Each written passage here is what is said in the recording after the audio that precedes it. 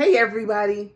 I hope everybody out there is well, y'all. I'm sitting here and I'm thinking about wait a minute, that book right there, this book right here, pulling it from the roots, generational curses, right? And I'm sitting here thinking about when I started writing this book. I did not know when I wrote the first word or the first sentence down that it would create something that I'm very proud of. When I first wrote it, the first version of this book is really, really raw. I mean, raw. I got some of those copies, right? I read it and I thought, Carrie, it's really raw. Some people would be very offended by the rawness of it. So I kind of watered it down as much as I could. Still, some parts are kind of raw. I didn't think that when I was writing this book, that the first chapter would still be my favorite. It is about a young girl who has to care for her alcoholic mother. The father, he's not around, right? And there's really no guidance or anything to help to shape her into the woman that she could be. But the problem with it all is that she's just from a generational line of women who have experienced the same types of traumas. The sexual abuse, the single parenthood, the addictions, the low self-esteem, the low self-worth. Trying to find love in all the wrong places.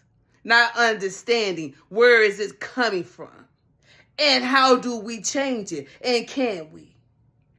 I think that first, we got to get honest. That honesty begins within your family. Because a lot of your problems and the things that you are experiencing more than likely originated there. And then it goes deeper than that. If you start to pay attention to your family, you will start to see patterns that repeat themselves over and over and over again. And we keep those negative patterns going by hiding things.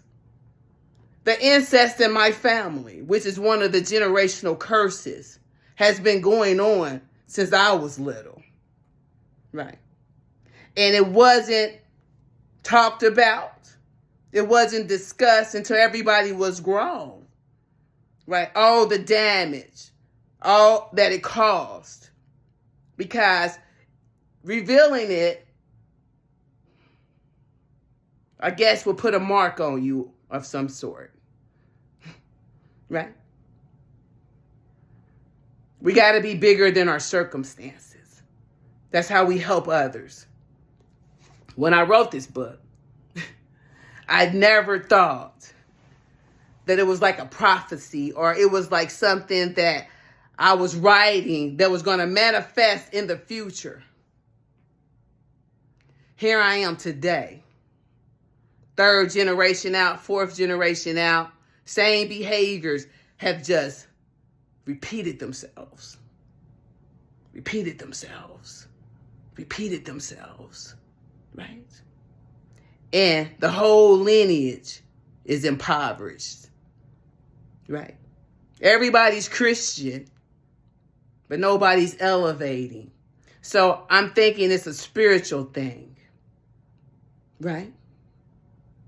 And sometimes, in order for new plants and new things to sprout up, that old shit,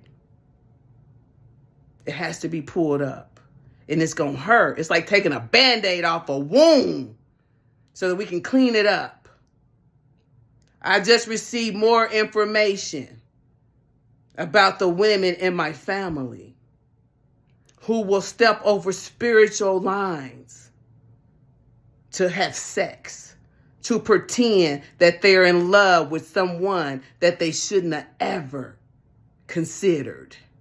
But that's something that started when my auntie had a baby with my daddy. And I'm sure it started before then.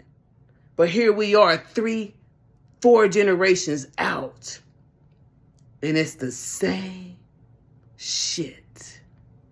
So when I say that my family, with the addictions, the abuse, the neglect, the fear, the self-hate, the repeated patterns, the unawareness, the Christianity, the shame, the guilt, the embarrassment, that shit is passed down.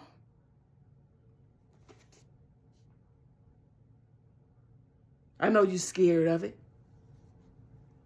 but maybe, just maybe, you're going to have to be the change that you want to see. My name, Miss Carrie.